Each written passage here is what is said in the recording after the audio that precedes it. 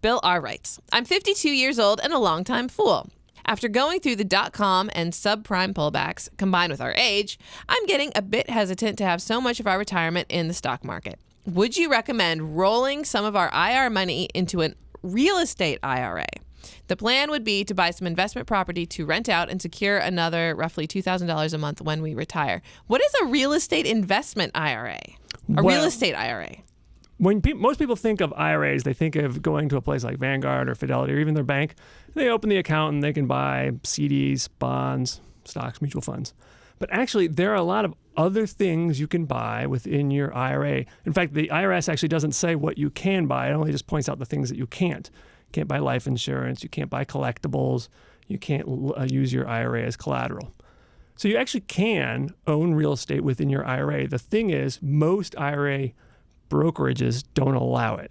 If you want to own real estate in an IRA, you have to use something that has come to be called a self-directed IRA. Now, this isn't a term from the IRS. This has just become a term used in the industry.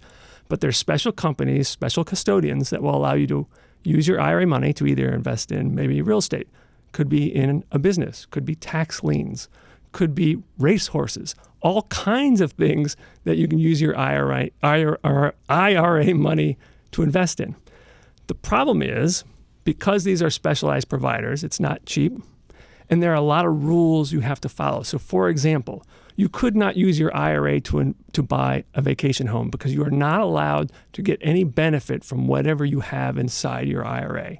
You couldn't use it to buy your next car or anything like that. Of course, you could take the money out of the IRA and use it for that, but you can't invest in something that you personally benefit from. So while I think it's an interesting idea, I'm all for diversification, you have to be very careful when using one of these self-directed IRAs. Now, the other part of his question is, should he diversify his portfolio away from stocks and bonds and invest into real estate?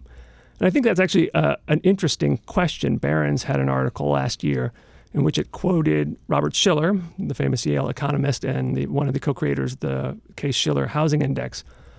And it talked about how much does real estate diversify from a stock portfolio. And it actually found out that in 14 of the 15 previous U.S. equity bear markets, going back to 1956, real estate went up when the stock market went down.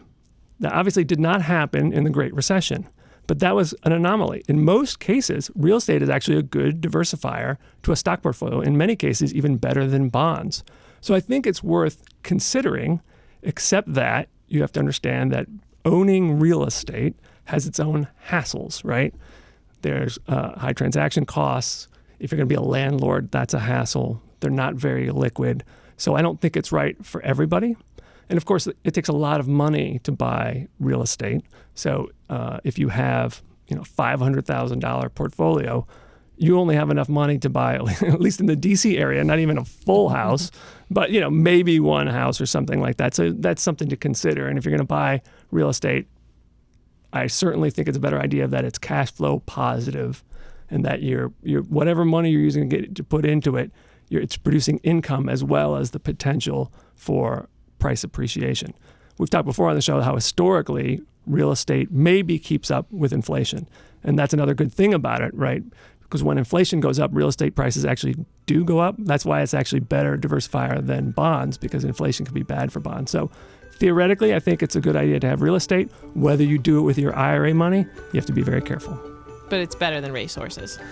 Well, I don't know. I haven't looked at the historical returns of racehorses. I'm an open-minded guy. Betting on racehorses, I don't know.